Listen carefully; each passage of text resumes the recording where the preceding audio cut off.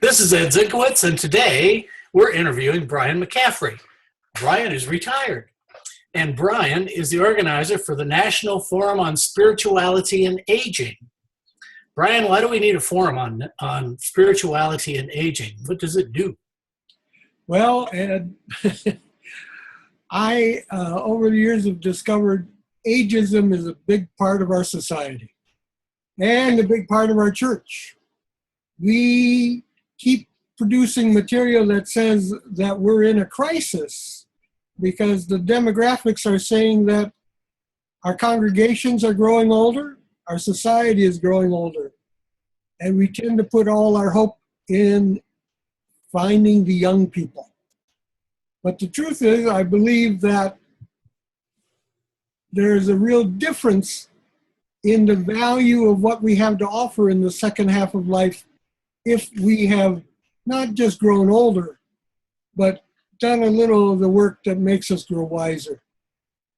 So part of that for me that every year is another year of experience, but every year is also another year of encountering with God or with the divine, with our sense of knowing how do we fit in this greater scheme of things. And as we grow older, we have a broader perspective. And that right now our society tends to put all the energy in, yes, but we need youth and we need vigor. And that wisdom is kind of put to the side. The church itself, I think, needs to do its own conscious aging. This is the 500th anniversary of Luther this year. And Luther was a reformer. Luther said, all right, we need to put this in the hands of the people, and that the people themselves have that encounter with God, and then have that encounter with the world. Because I'm a firm believer, as as Carl Jung said, that we would not have 70, 80 years of life if it wasn't vital for our species. And the problem is in our society is we haven't thought about what that means. Well, I think we've also discovered that we have, at least in recent decades, a longer life to pursue what those vitalities look like, which is a good thing, but it's a challenge for us. So you're the founder and organizer of a national forum on spirituality and aging. What does it specifically do as an organization? Well, the National Forum on Spirituality and Aging is a loose-knit coalition of ecumenical groups that have a specific outreach in older adult ministry. The United Methodist Church is the only mainline denomination that has a full-time staff person addressing those issues. And these issues are definitely different than they are for the first half of life. And a lot of times the church tries to just say one size fits all, and that what we were doing at the beginning of life is the only thing we need to be doing at the end of life.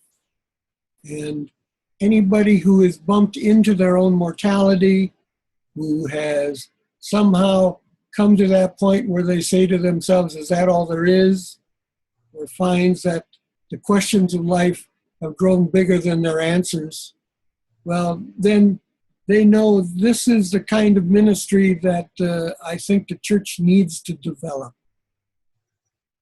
A lot of us who have been working in this field feel like we're against the denomination, we're hitting our head against a wall. And so there's a lot of lone wolves out there. And so this is an opportunity for people to actually work together and find that we don't have to keep reinventing the wheel, and that we can really do more together than we ever could on our own. So this is the hope of the National Forum, is that we become an agent for change, not only in the church, but in society. Well, that's a huge ambition. How do you go about that? You talk about a lot of people with arrows in their back because they're out front. How do they get together? What can they do? Are you going to provide any training for them? What's the deal? Yeah, we have a website right now. It's www.NAF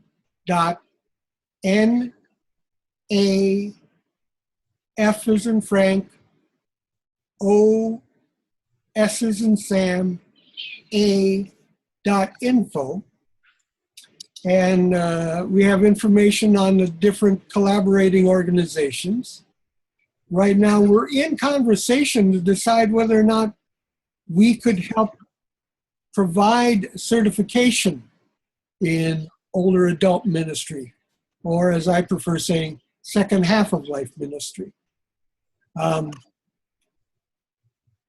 Each generation, or I should put it this way, when we think about it, when we're 40 years old, we start maybe being a little bit more aware of our not being able to do the things that we used to be able to do. Well, that's already second half of life ministry. 50s, we start recognizing that we're part of a sandwich generation. Not only do we have the kids who are growing up on us, but our parents are growing up on us in a way that they may be requiring more attention. When we hit our 60s, we're the ones who are thinking about, I wonder if it's time to retire. I wonder, what am I going to do with the rest of my life? That's why I invited you to be the first speaker, because I think this is a huge question. Well, if Lord willing and our health maintains at 70, we're still trying to figure out, maybe I can't do everything that I've been doing. How do I need to downsize? And how do I decide who's going to get what?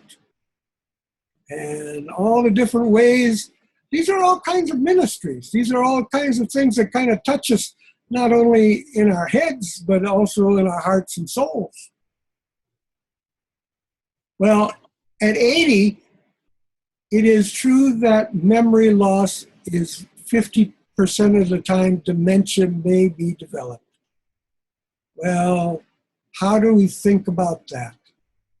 In the current way that the world is, dementia seems to be the leprosy of our day. You don't want to have anything to do it. You don't want to have anything to do with anyone who has it. It might be catching. But let me tell you, it's not. But we're rethinking of the fact that even though the person may lose some of their past, they are still very present they are still very present with us.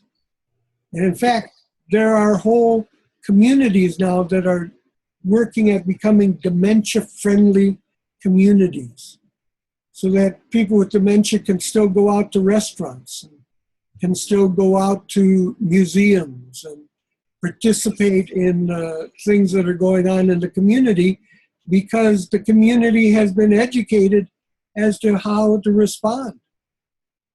That's one of the things I most look forward to.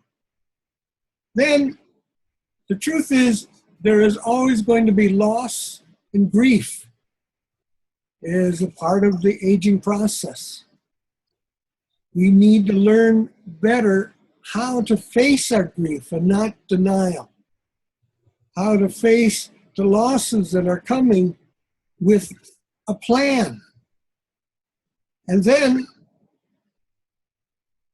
I think this is the big, great one for me, is this is a time in which Gene Cohen the former director of the National Institute of Health, said the one part of our brain that continues to grow throughout life is creativity.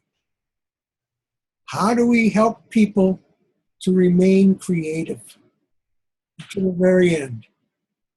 And how do we meet our maker in the way that we want to meet him or her? I should rephrase that one. How do we meet our maker, period? Period. Yes, yes. And then we can find out. Well, I think that depiction of the various decades is right on point. I'm not going to tell you where I am on that because I'm in denial.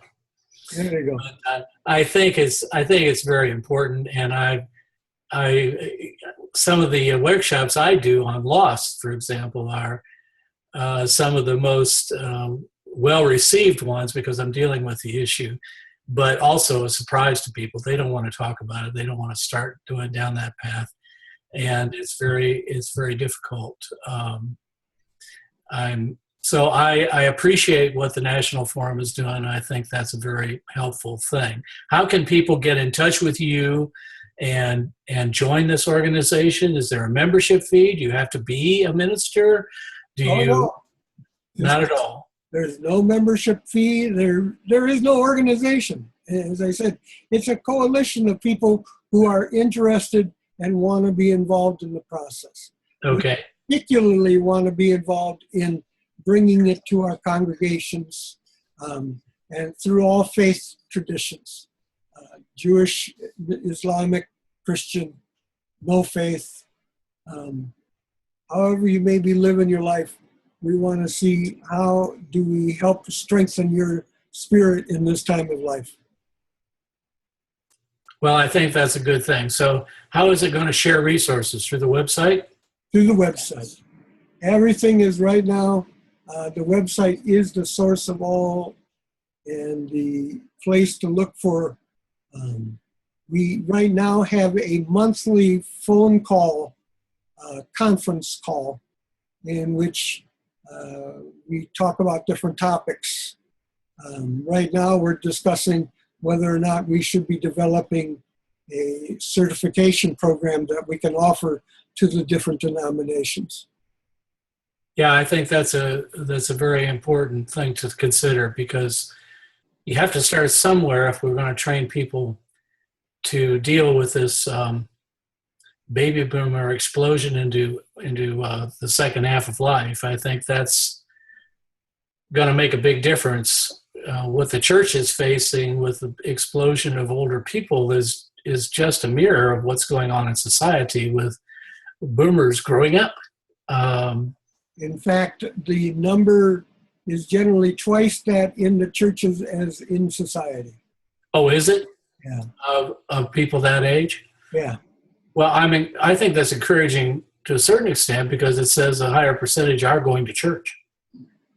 And I think that's a very important thing to tell the churches in and of itself. It is. That those people are more interested in going to church than some younger people. Well, I find this very helpful, and I wish you all kinds of luck. Is there any other information you want to pass along while we're doing this brief summary? Again, I'll just say NFOSA is the shortened name, and NFOSA.info. NFOSA.info. Well, thanks for that tip and help, and I wish you well. Have a good day. Thank you, Ed.